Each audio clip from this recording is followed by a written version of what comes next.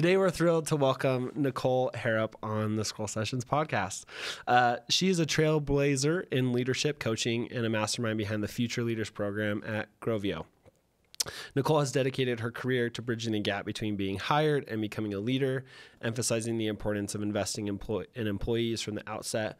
Her work not only enhances employee engagement and company culture, but also empowers individuals with clear direction and a career path. Nichole is no stranger to amplifying voices that need to be heard and sharing insights that drive change. We're going to explore Nichole's journey today, her passion for supporting emerging leaders, and her vision for a more inclusive and empowered workplace. Welcome, Nichole. Thank you. You're welcome. Such a nice intro. I appreciate it. Just a pump up intro. We got to pump it up before we get started. I appreciate that. Yeah, of course. Well, talk to us about why get into more or less people management and the career path that you're in right now. Is there something that is there a single moment in time, or does it happen over time? Yeah.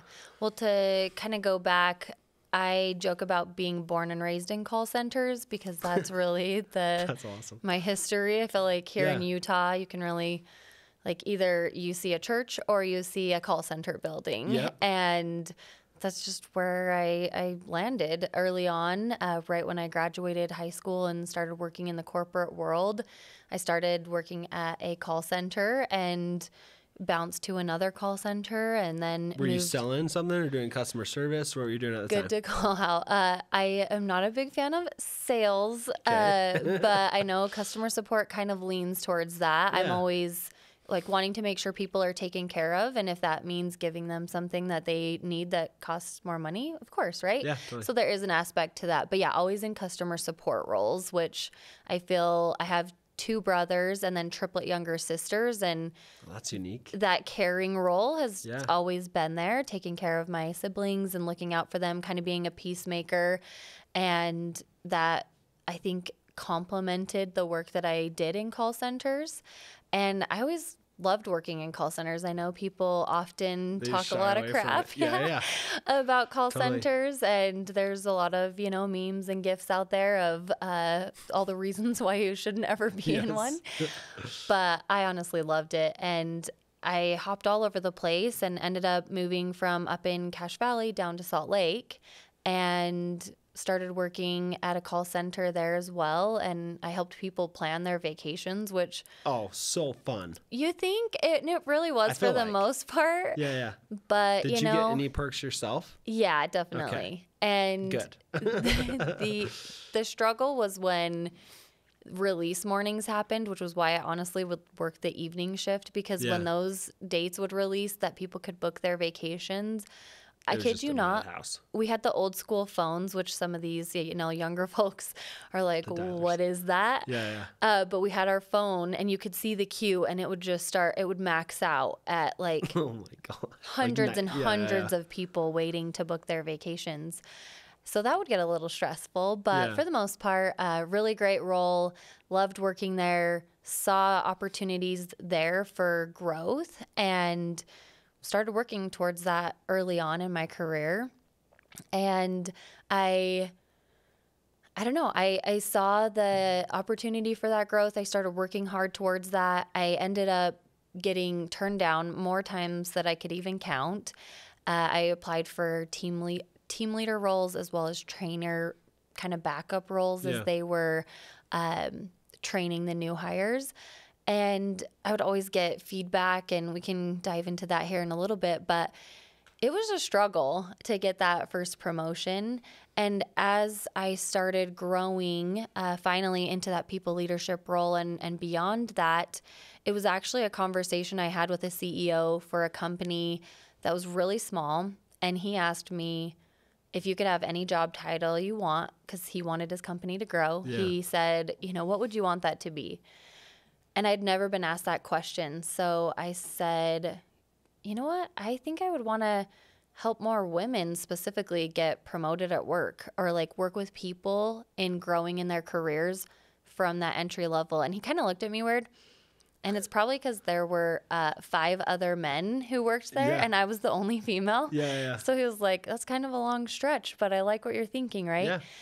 Yeah. So that is kind of where the idea of building out the Future Leaders program and Growvio as like a company came about. So yeah, That's I've cool. always loved people leadership and helping people. And I think that just ties into what I've done in my people leader roles. Yeah, no, that's amazing. And I feel like LinkedIn's probably been a significant portion of that growth. Maybe talk to me when did you like really start utilizing LinkedIn for growth and maybe for meeting new people and all that? Yeah, honestly, only a year ago. That's amazing. Which is probably when you started popping up on my feed. I'm like, I keep seeing this Nichole person, showing up on my feed. So. I try hard to show up on people's feeds. Yeah, as you should, as everybody should. I had gotten laid off from a full-time job, and I was like, okay, let's go. Yeah. And started showing up on LinkedIn and really trying to build a presence, and having, as a female, trying to have more of that feminine presence as well. And where I focus on is different and unique to what a lot of people focus on in terms of like when leadership development should happen. I'm taking a step in a way that is before people get into that role. And so it's a little bit different. But I started growing only a year ago, and awesome. That's made a huge impact in my life for sure. Yeah, well, good. I feel like LinkedIn still, it's like so underutilized. And I think a lot of people that, overutilize it obviously understand that there's this, there's this opportunity that still exists, and it still exists today. Like, you've only started a year ago and you've built this awesome audience, and I'm very similar. Like, I really didn't post much a year or two ago. And now like getting like, and growing the network not only helps like just you as a person, but it opens so many doors, like and opportunities. Absolutely. Do you feel like that influenced your path from maybe getting into this new role?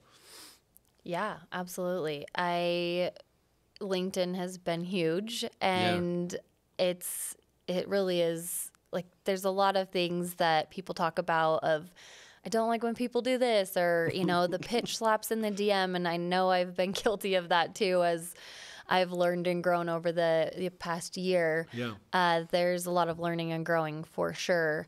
But it really is such a cool place to connect with people, and people I wouldn't have otherwise met, perhaps. Yeah. And some of them are now dear friends who I love seeing at events and being able to connect with. And even I work full-time now and do the Future Leaders program in addition to that. And when I was looking for this role at the end of 2023, I went to my network and I said, I need your help. And everyone showed up for me in an amazing way, and I got a job offer within a couple of weeks of that post, which was really cool. That's amazing. And I feel like Utah is I feel like it's unique. I think I've talked to enough people that are here and then are also transplants from, other parts of the United States and world. And they feel the same way about the business community here, about the ways that people show up for one another, especially for whatever reason on LinkedIn. Yeah. So that's cool that you're able to, benefit from that. Is there any advice you'd give somebody who's like hesitant to post, or maybe is just a lurker on LinkedIn right now? Yeah. Yeah. It's something that I focus on, right? Because even what I do for the Future Leaders program, it's different than the norm. It's before most people would ever consider investing in their employees for leadership development. I think the same for LinkedIn. A lot of people gravitate towards these big creators, and I'm not even that close, but I would love to see people from all levels of organizations posting on LinkedIn, because we truly only understand the full picture when more voices are heard. Yeah, 100%. And that is the same in organizations. If we only ask for advice and guidance from the top, you're missing out on so many great people. And because I've led so many teams for over 12 years who have they're the closest. There's so much talent. Yeah, there's so much talent, so much knowledge, so much goodness in these people. So I say, if someone's nervous, which I've had many people in my DM say, I'm scared. Like, what if people don't like what I say? Because there are for sure some haters and trolls. Absolutely.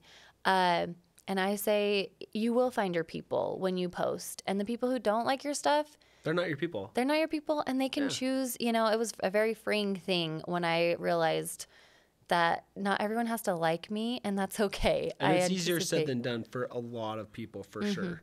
I think that you got to get over that. Kind of got to get over your own ego a little bit, you know, and just let go and say it's going to be okay. And also, our news cycle and social media moves so fast that I promise it's not going to be a big deal if somebody comments on your post and say, I don't like it. Like, it's the worst that can happen. Like, I don't like this. But you don't even really see that much on LinkedIn anyways. Yeah, Mostly I think people challenging each other's ideas. But right. Which I think healthy debate, we could use so much more of that than... Anyways, we won't go into that. But I think if anyone's starting to get more comfortable, where I started was showing up in comments. Like stuff, comment stuff, and if I liked what someone was saying, I connect with that and I follow up with them and I say, hey, I really loved your post on this. Like, I put a lot of effort into my content, so when someone shows up in my DMs and says, hey, that really helped me, you know, in how to start a conversation with my boss on this thing, that is gratifying for me. So then we start to connect from there. So showing up in the comments until you feel inspired to do your own posts, that's a great place to start. Yeah, no, that's awesome. I always tell people it's like, well, just think about your day today and what you did today, what you learned about what you did today, and talk about that. Like if you're a customer service rep and you're having difficult conversations with clients, like talk about the difficult conversation, how you navigated it. You know, like it's just start with what happened today or what happened the last week, and usually you're going to have a bunch of ideas from there. Absolutely. Which is awesome. I really would like to get into like probably culture and talking about like employee engagement and how future leaders is doing that.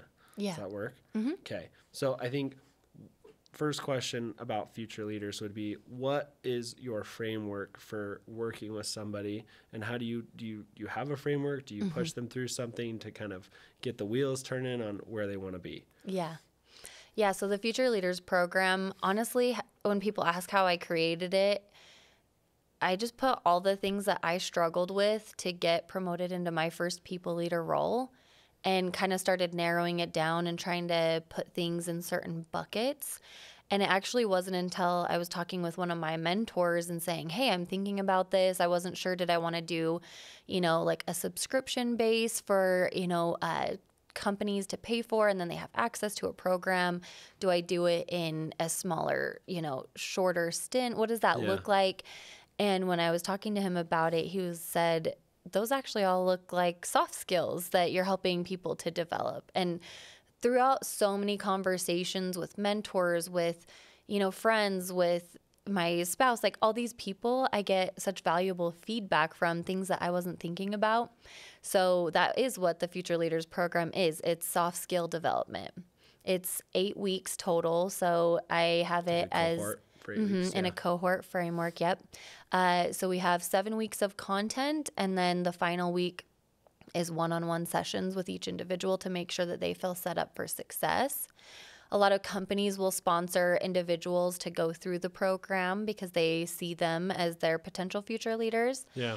And then I circle back up with the leader who put them through and kind of give them some advice to help continue the progression. I don't want someone to go through my program and then, you know, they don't apply any of that until they get promoted. Yeah.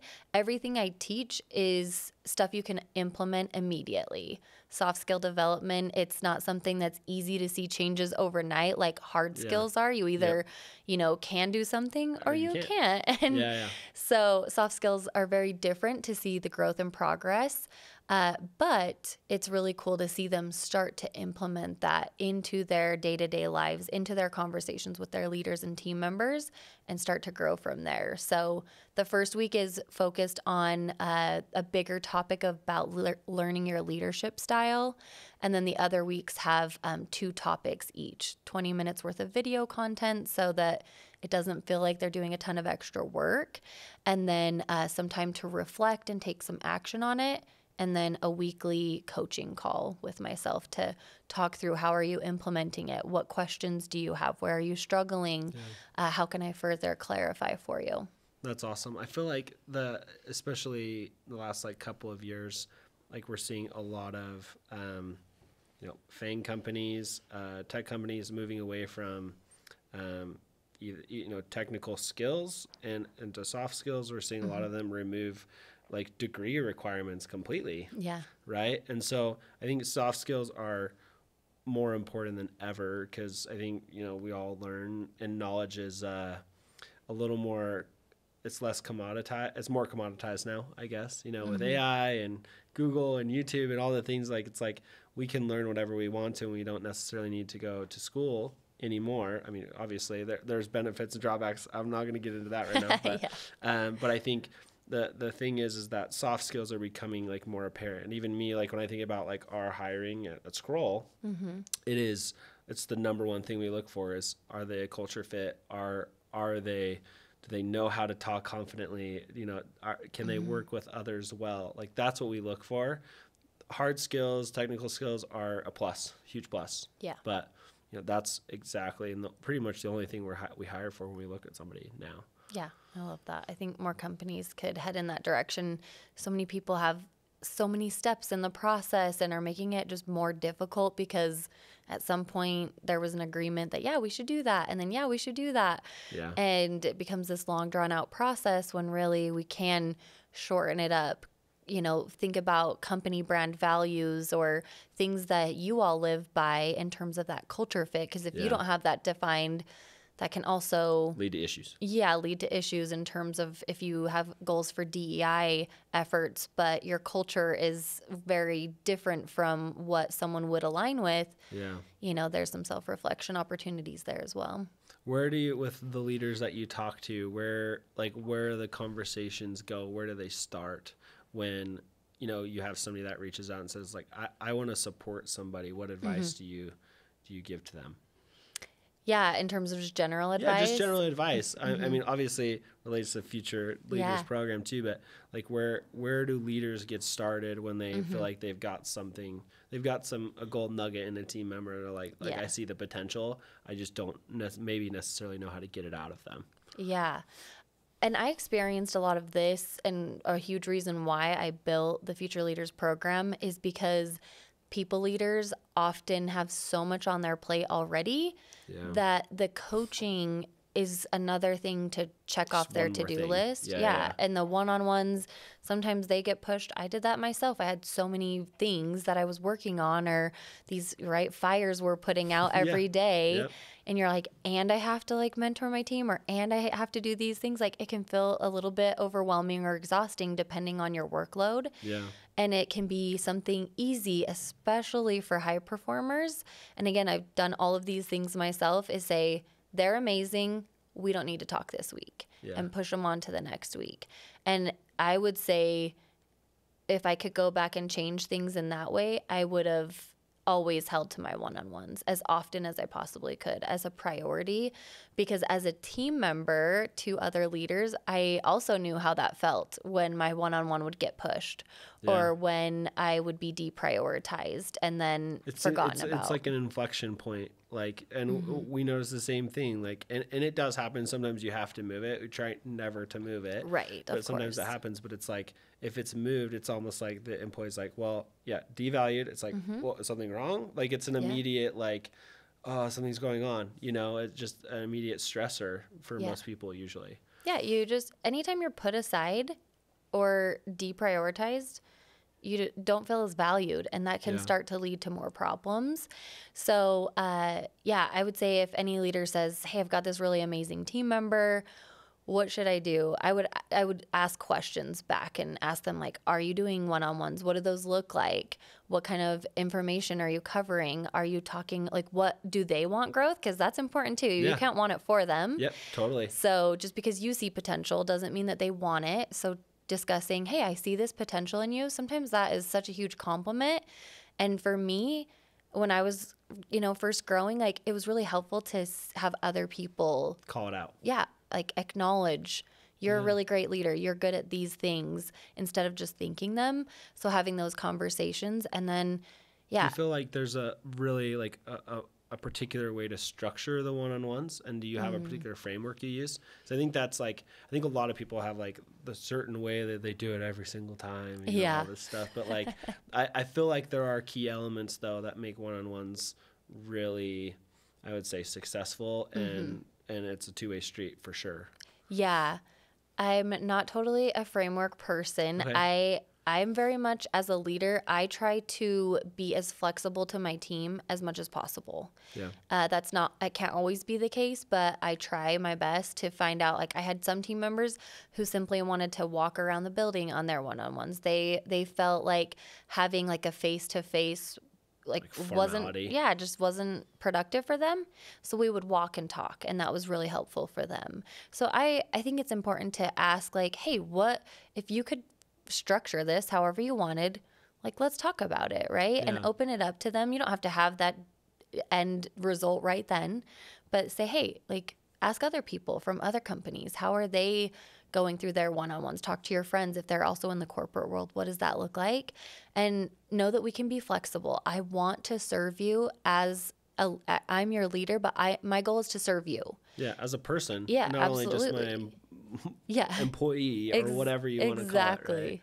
So I think it's important when you're talking to your teams in their one-on-ones, like, to check in with them on a human level. Like, how are you really? Check with them at that space first, and make sure, because if there's a lot of stuff going on at home that you truly have no awareness around, and then you go into a conversation on a bad call that they had or something, it can be really defeating. And if that's a repetitive process, but if you can say, hey, how are things? How's your family? Right? Yeah. And see how they react. And as you build up that psychological safety within that relationship, maybe not at the first time, but maybe like later on, they start to open up with you a little bit more. But if you start those genuinely and lead sometimes with a little bit of vulnerability, when they're like, how are you? And you're like, honestly, it was a rough weekend. My young daughter's like, one's teething, or one's going through this, whatever it is. Like, I'm not gonna lie, I was struggling with my focus today. And if you lead with a little bit of vulnerability, it shows that it's okay to show that back.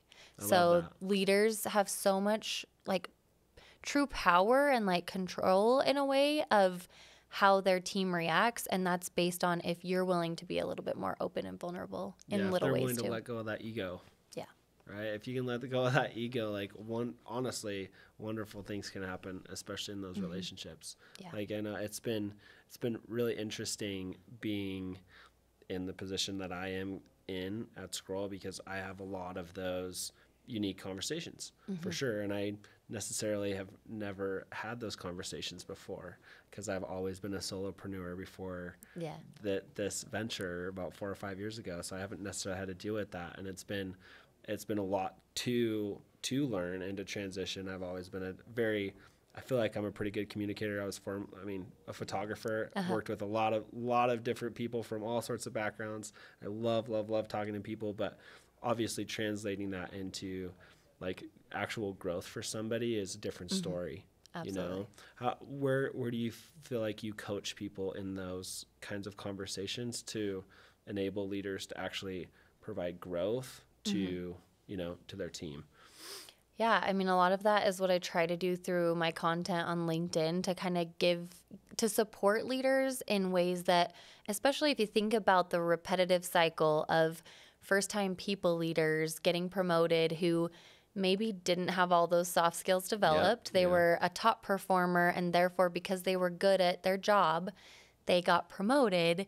And then they don't know exactly how to lead their team. Yeah. And they're learning, and that is hard, not only for the team, but also for the leader.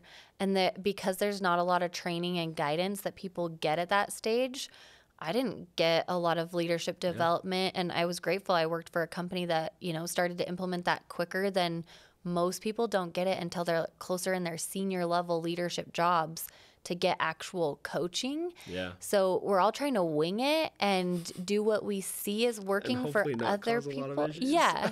Right? It is this weird, I see that so-and-so does this, so maybe I can do it. And I'm sure it's even more of a struggle now in a virtual workspace because I can't see how you're coaching your team members and interacting with them in person. Yep.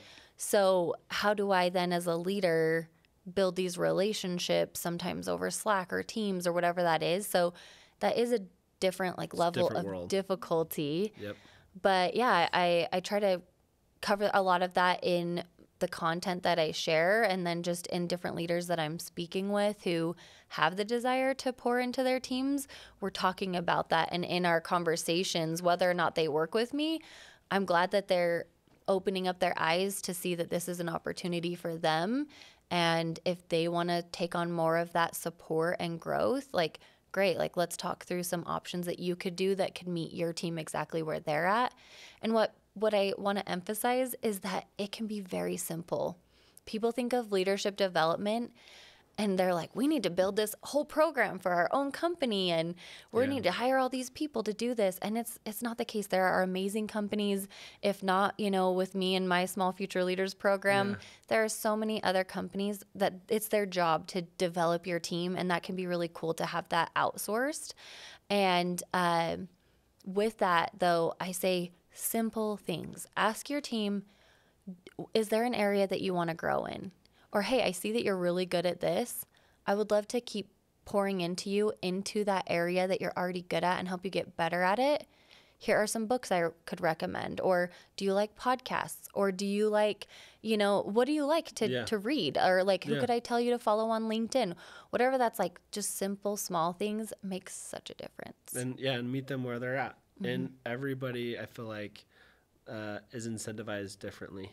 Right. Oh, yeah. There's definitely, especially now, with the team size we have, some people are really incentivized by money. Mm-hmm. Others are more incentivized by control and freedom. Mm-hmm. Others are incentivized by the title or whatever it is, or simply feeling more or less fulfilled in their role. And it's not necessarily about money at the end of the day. Yeah. So I think you need to pinpoint that and actually incentivize it for each individual person. Mm-hmm. And all of that, comes out in those individual conversations and the one-on-ones and time outside of the one-on-ones, all those things. Mm-hmm. And all this really leads into culture building.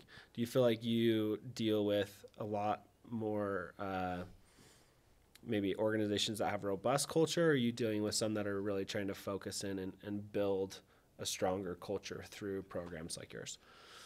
Yeah, a lot of it is really, and I'm still in very young stages with Growvio and the Future Leaders program and learning and growing as I go. Yep. So I always be transparent in that. Most of the companies that I work with are smaller companies, small to medium-sized businesses. They have smaller teams, but they know, especially at startups, if you are wanting to have internal growth, you're kind of at a tough spot when you have maybe the team has been around for 6 months and you have a leadership position opening and you're like, do we promote the person with 6 months tenure who's, a good culture fit? We like what they're doing. They have potential, but we don't know how they'd be as a people leader. Or do we hire externally with someone who already has that experience and hope that they come in and are a good culture fit, that we make the right decision on that? And it's a big decision to make. Mm-hmm. I feel like it can go one of two ways. Right. It can go really poorly and end in a really bad, and a lot of culture issues can stem from that, or it can go the complete opposite. Yeah. A lot of it comes down to communication of the why. If you communicate why you're bringing someone in instead of promoting others. I've been that leader who got hired from outside with team members who had been at the company for 10 years. And they thought, oh, it should just be me because I've, put in the time. But they hadn't showcased those people leadership skills. And so there had to be the conversation of, hey, this is why we made this move. we want to make sure that you're continuing to develop. And if you do have the desires, maybe we work more specifically in your one-on-ones on that people leadership skill. And some people, it just doesn't make sense to be a people leader, and that's okay. And there are other paths, other opportunities. You don't have to always have that ladder growth. I talk about just growth exactly where you're at, and that can open up so many doors and opportunities for you. And there needs to be both. Exactly. Like, both have to exist. Like, there has to be, obviously, people leaders, but there also has to be people that are, doers and willing to do the work, want to do the work, and that's all they want to do, Exactly. So it's kind of figuring out where you want to go, but the Future Leaders program can really benefit companies that are in that situation with the younger tenured employees who they see potential in and say, does it make sense? Because if they have some of those skill sets and they care about other people on their team and they're showcasing those people leadership skills, then I would say, let's give them some more training and support, and they can absolutely transition into that role with less experience. I've seen that happen at a startup that I worked at that did hire people who had very small tenure at the company, great potential, ended up doing really amazing things. Yeah. So, I think it's totally case-by-case basis, and you just got to evaluate. Every organization is different, Do you feel like culture, maybe this is a hot take, does culture come from top down, or is it just perception from, outside or inside? Yeah, I think at the top, people could think they have a really great culture, and at the bottom, maybe less so. Yeah. I think there are often disconnects as you go up like the corporate ladder of sorts from titles and individuals. Again, working with people in those entry-level roles, I've often felt like the voices weren't heard all the way up through the top, So I think it's important in organizations to have involvement from your highest leadership to spend time with the lowest level of your employees. Super important. No matter how big your organization is, when you start to lose sight of that and think you have it in control, that's when I see culture start to break a little bit. Well, I think at that point it's already out of control. Yeah, right. And it's those fires that can burn really quickly, if not done right. But it's something small. When I worked with a company that was considering, do we hire you for the Future Leaders program for some of our people? And she asked me some advice of how could we involve our team? We have some who are in person all the time, some people who are hybrid, and some who are remote. And I had shared advice of, are you having some of your highest level leaders meet with any of these entry level people? And she said no. And so I was like, okay, how about we start with lunch, with the people who are always on site, because they're going to have different opinions than the people who are 100% virtual. Yeah. And it doesn't quite work to mix that group to have you all eating while they're working virtual. Yep. So have those separated out and ask for feedback. See how your virtual team members feel, if they feel supported, if they feel seen and heard as much as the people in the rooms, that they're virtually tuning into. Yeah. What does that look like? So again, it comes down to like very simple things that we can take action on, but it often gets pushed to the bottom of the list because there are such more intense issues. Yeah, of course. It's easy to say that these things are a higher priority, but if we don't, it's just like taking care of ourselves. If we are always putting ourselves last, where do we end up, right? It's going to eventually catch up with you. Absolutely. Whether it's your mental or physical health. Like if you can't put yourself first, like it's the putting on the oxygen mask in the airplane, before you put on someone else's. Yeah.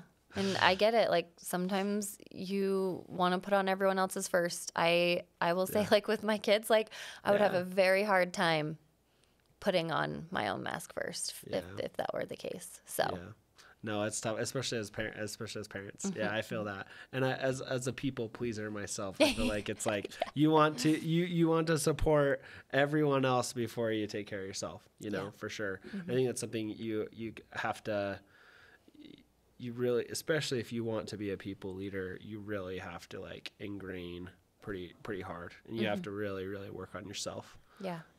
Overcome all of your own stuff before you can help somebody else. So And there's always stuff to overcome. That's, I think, always a running mill. Yeah, for sure. Yeah, I feel like I've always been a work in progress, even as a leader. And so it's acknowledging, hey, like, that's not my strong area. Like, let me connect you with other people. And again, it's that I feel like the way I've connected with most people on LinkedIn and in person and in my leadership roles is that vulnerability to, like, I'm not a big fan of fake it until you make it. And there are times where maybe it makes sense and to give you a little bit of a boost of confidence in ways. Yeah. But I often say that the more you show up with vulnerability and be authentic about that, the more people will connect with you in that genuine way. It's like when people have a question and they're so grateful that someone asked it because they're like, oh, I didn't want to feel like the idiot, but they did. I'm so glad they asked it. Yeah. Think about if we were always just acting like we knew everything and that we had it all together. It's not a great way to connect because most people are struggling with something or have something that's, affecting them in a way. And when we can start to like acknowledge that, it makes a big difference. Yeah, no, 100%. How do you feel like the more or less entry-level employees can confidently talk to their leaders? Maybe let's reverse this now. And how do you feel like, maybe someone's in a company that's not got great culture or whatever it may be, whatever situation they're in. How do you give advice to somebody like that? And what would you tell them to do? Sure. Yeah. My podcast, I focus a lot about this. It's to help people grow in their careers. And so all of that messaging is directed at individuals. And it's something that is a big focus in the Future Leaders program as well, because if you can't give feedback, when I talk about, hey, have you given feedback to this leader? And they're like, what? Yeah, what are you talking about? Why would I do that, right? We think like it's, again, just top down, and that like we can't also ask our leaders, like, how can I support you? What are you struggling with? Like, when I ask people about that, it is, whoa, you can see in their body language, I'm not having that conversation. Never done that before. But as a people leader, when you grow into that, you're given a lot of feedback. You get it, and you have to give it, So a big point of that is, again, building a relationship with your leader. And even in my day job, in our one-on-ones, I always am like, hey, can we start with just a question, a random get to know you, we'll talk about our favorite ice cream or just something random, right? Yeah. And it's to build that connection with them as a person first before we're jumping into business stuff. Yeah. So you can absolutely take control and ownership of those things to, again, have a better experience with your leader and ask them, hey, are you open to some feedback? Yeah. And it could be really great feedback. It could be constructive feedback.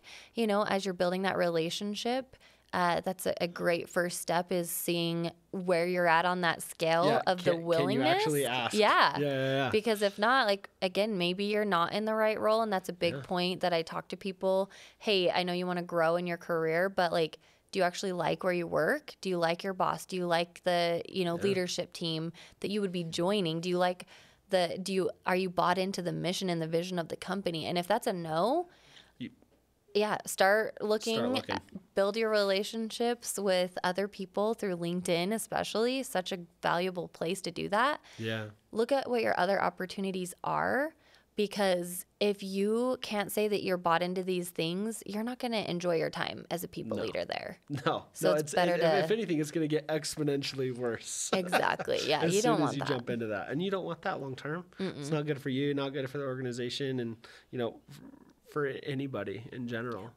What are some other pieces of advice you give people for, that are maybe searching in their career and looking to move? What do you suggest they, you utilize LinkedIn obviously fully? Are there any other ways that you advise people to find, a new role? Yeah, I was at the Culture Builder Summit recently, and one of the vendors, a gal I was talking to, who's really young. She's in college and she just got her first internship, and I was like, oh my gosh, are you on LinkedIn? You know, after we were Yeah. talking, and she's like, no, should I be? You know, so I encouraged her to get an account, and I was talking to her about, hey, if you are in, I think she was in a communications degree, and I said, go search whatever kind of role that you would be looking, PR communications, go Yeah. search that in LinkedIn. See what people pop up. You can filter that to be people who are, you know, in your area Lake here or in Detroit, Utah, yeah, in yeah. Salt Lake, and connect with those people. Don't send a note, just connect with them. You know, mass Yep. connect is kind of our goal at the Yeah, beginning. totally. With people, of course, in positions that like you might want to move into. And then when they accept, start a conversation. Hey, I'd love to hear about how you got to where you're at. You know, I see that you've been at this company for this long. I'd love to hear about it. You know, we talked about setting up a Calendly and very simple things that she could do to start building connections. And she was like, people will do that for free? You know, just give advice. Well, here's the thing. People love talking about themselves. Right. And 100%, like, people would be way more surprised about people reaching out and, you know, giving just free asking advice. a question. Yeah. Yeah. I always say, ask an open-ended question about the person. And if it feels right and, you know, people want to help, they can. If they're not in a space to help, that's okay. Like, don't be attached to the outcome. Be attached to the input that you're putting into these connections, and you'll find the right people. Again, Totally. I've just led with that. Like, don't attach yourself to those things. And that's what I would say to someone who's like looking, who's not totally happy with where they're at, but they want to grow in their career. If you don't see that future, you've got to consider taking a lateral move and starting somewhere else. I do think startups can be great for that, because I took that lateral growth from a team leader role to a new startup. People told me I was crazy to do that. Baptism by fire, I feel like, in the startups, for sure. I didn't even know what a startup was. That was 10 years ago. And I moved into that team leader lateral role, and I got promoted and a huge pay increase within 5 months because, Which is fantastic. right, of that, Yeah, that yeah. I changed and Yeah. I proved myself in that short period of time, and I was promoted. So I think people get worried that, like, but I've put in a couple years here. Like, what if I have to start all over? I always say, what's the worst case scenario, right? If you hop to this other company and it's not the greatest, would you want to go back to that company, or are you in your worst case scenario? And that often helps them see that perspective, Just reframe it. that they need to look for other opportunities. But connecting with other people on LinkedIn would be my number one, and being clear about what you want. So in that conversation with them, hey, I've been at this company for X amount of time, and I'm open to opportunities. Would love to be thought of if you ever see something come by in your feed. If you wouldn't mind sending me that in a DM, because I'm considering a change, right? Yeah. You're not like, tag me in the comments openly so my boss sees. So my boss can see it. No, But yeah, totally. it's a good first step. No, good. Well, and I feel like people would be very genuinely surprised about how many people, I think especially along the Wasatch Front here on LinkedIn, are more than willing to help out when it's specific.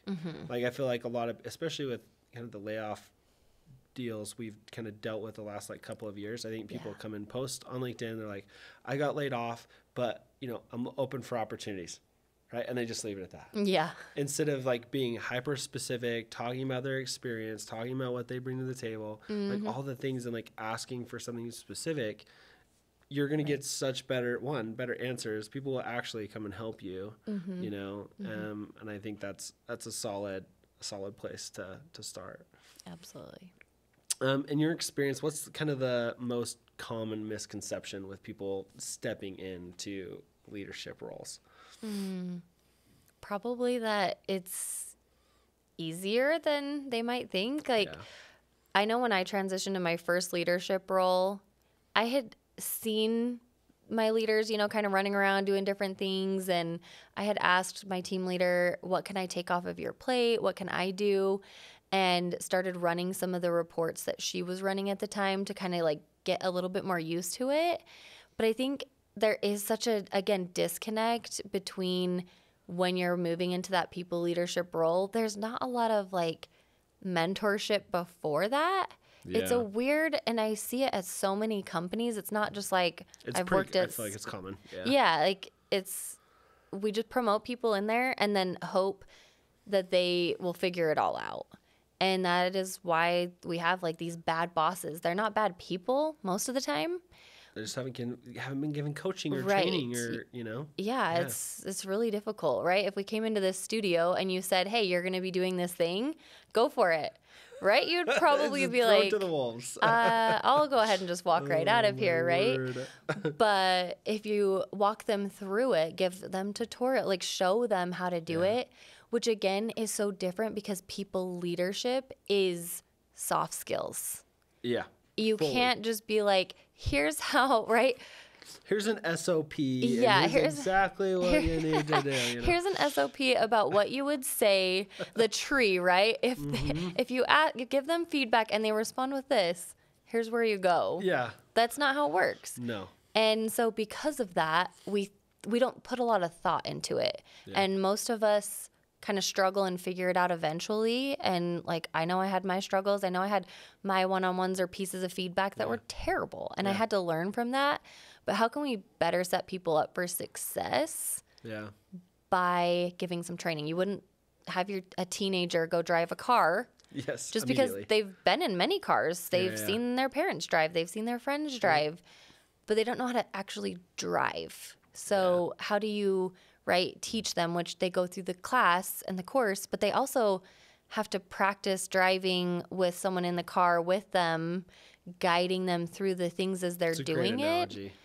So thank you. I like that. I'm sure you've used that before, but I think that's a great analogy. We're refining and fine-tuning it. But yes, it really is that leadership is soft skills. And so if you're promoting someone who's simply a top performer, we see that go wrong a lot of times. Yeah. Oh, yeah. How do you feel like you balance being a mentor as well as a manager? Because I think there's obviously some times where one needs to happen over the other, right? So talk to me about the balance on that.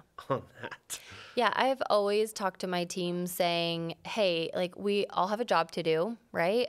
I have to make sure that you are all performing, or like my job might be at risk. Yeah. And your performance is a part of a reflection on me. Yeah. And I feel like especially when I first started acknowledging that, let's say someone was struggling with something, when I started taking ownership of, did we train them on that? And if the answer was no, I needed to take accountability. Yeah. I couldn't be like, take ownership I walked you through that one time, Dan. Why haven't you figured it out? Yeah. Right? Because people learn in different ways. And so it's figuring out how that operates.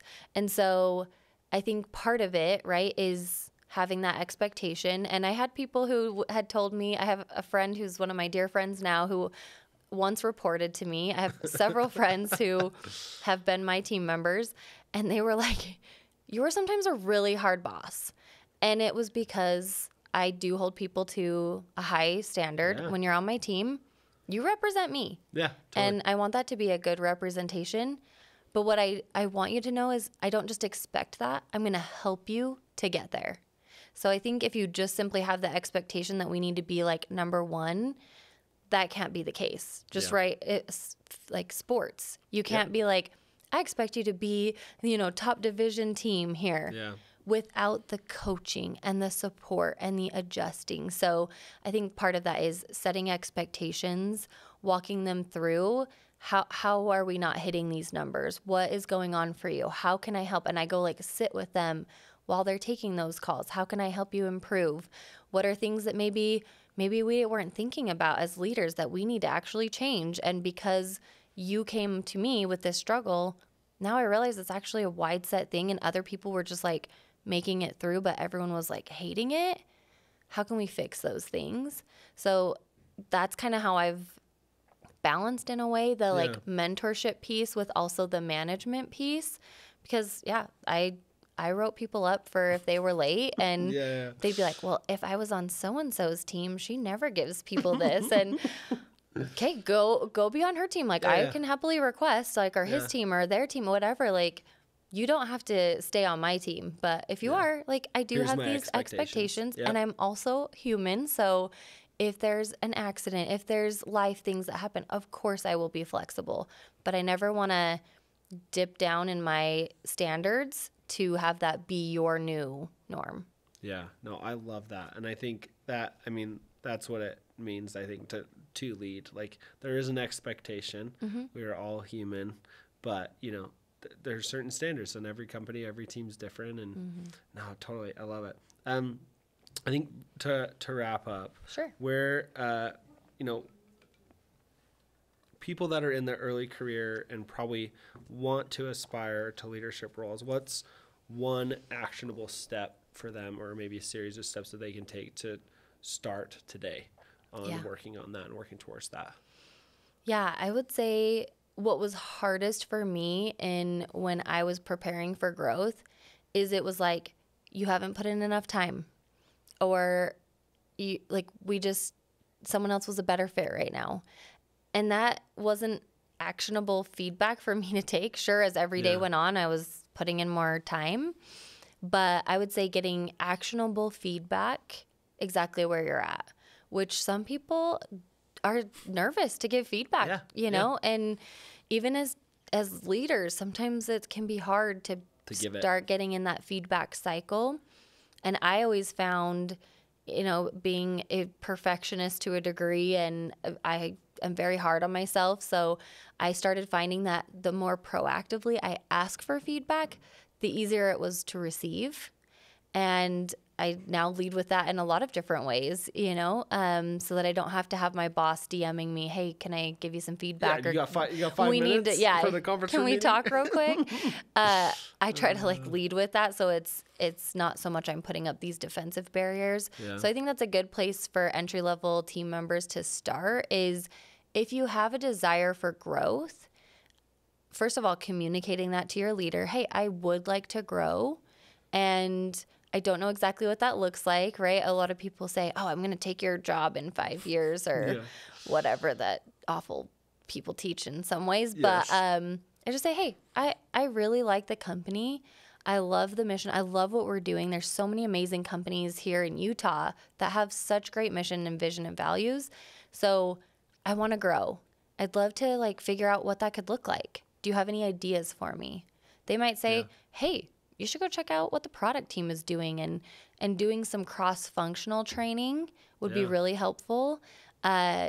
Skip levels with different leaders, meet with higher leaders, meet with leaders of other departments, gaining buy-in as a piece in the Future Leaders program that is important to communicate what you're doing, where you're at, and how can I get you to care about me? Yeah. Because that's, again, how I got that job so quickly. Yeah. I had built relationships over all of last year.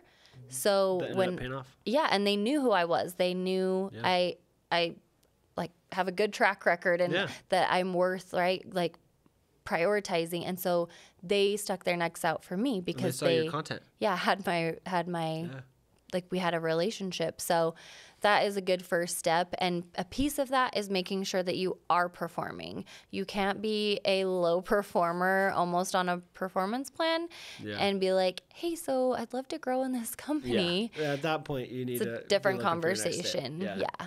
So. No, totally. I love that. Well, Nichole, thank you so much for... I feel like we could go on. I always feel like with every guest, I'm like, oh, you can go on for another like 2 hours. Mm-hmm. I super appreciate the time today. Thanks for your advice and for, especially for our listeners about what it means to be a